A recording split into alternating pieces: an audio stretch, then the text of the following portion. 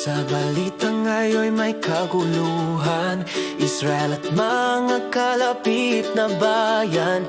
Takot at tanong ang bumabalot, hanggang kailan ang digmaan? Mga Pinoy naghahanap ng paraan, ngunit kapayapa'y di matagpuan.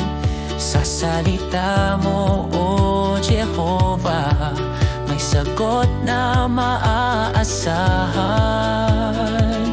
Huwag umasa sa tao, iyong sabi, di sila makapagliligtas sa atin. Ikaw lamang ang may kapangyarihan, pagdala ng tunay na kapayapaan. Ikaw ang magpapatigil ng digmaan sa buong lupa, O Diyos na dakila. Sa iyong kaharian may kapayapaan na di kayang ibigay ng tao kailanman. Ang iyong pangako'y di magbabago, bagong mundo'y darating na totoo. Sa iyong kaharian, O Jehovah, kapayapa'y walang hanggan. Naririnig ang ulat ng digmaan, bansa laban sa kapwa bansa. Ito'y tanda ng mga huling araw na iyong inihula noon pa man. Ngunit hindi ito ang wakas, may darating pang pag-asa. Ikaw ang kikilos, O Jehovah, upang wakasan ang pagdurusa. Hindi ito gawa ng tao, kundi iyong banal na plano.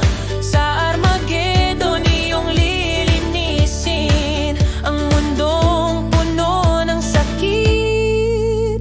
Ikaw ang magpapatigil ng digmaan sa buong lupa, O Diyos na dakila. Sa iyong kaharian may kapayapaan na di kayang ibigay ng tao kailanman.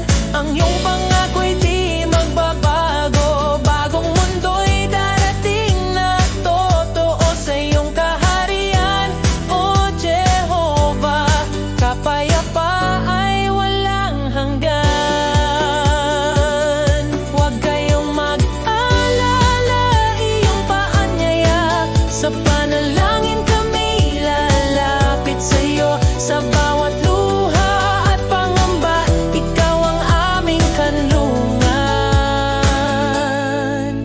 Ikaw ang magpapatigil ng digmaan at papawi sa lahat ng luha. Sa iyong kaharian may kaligayahan at buhay na walang hanggan.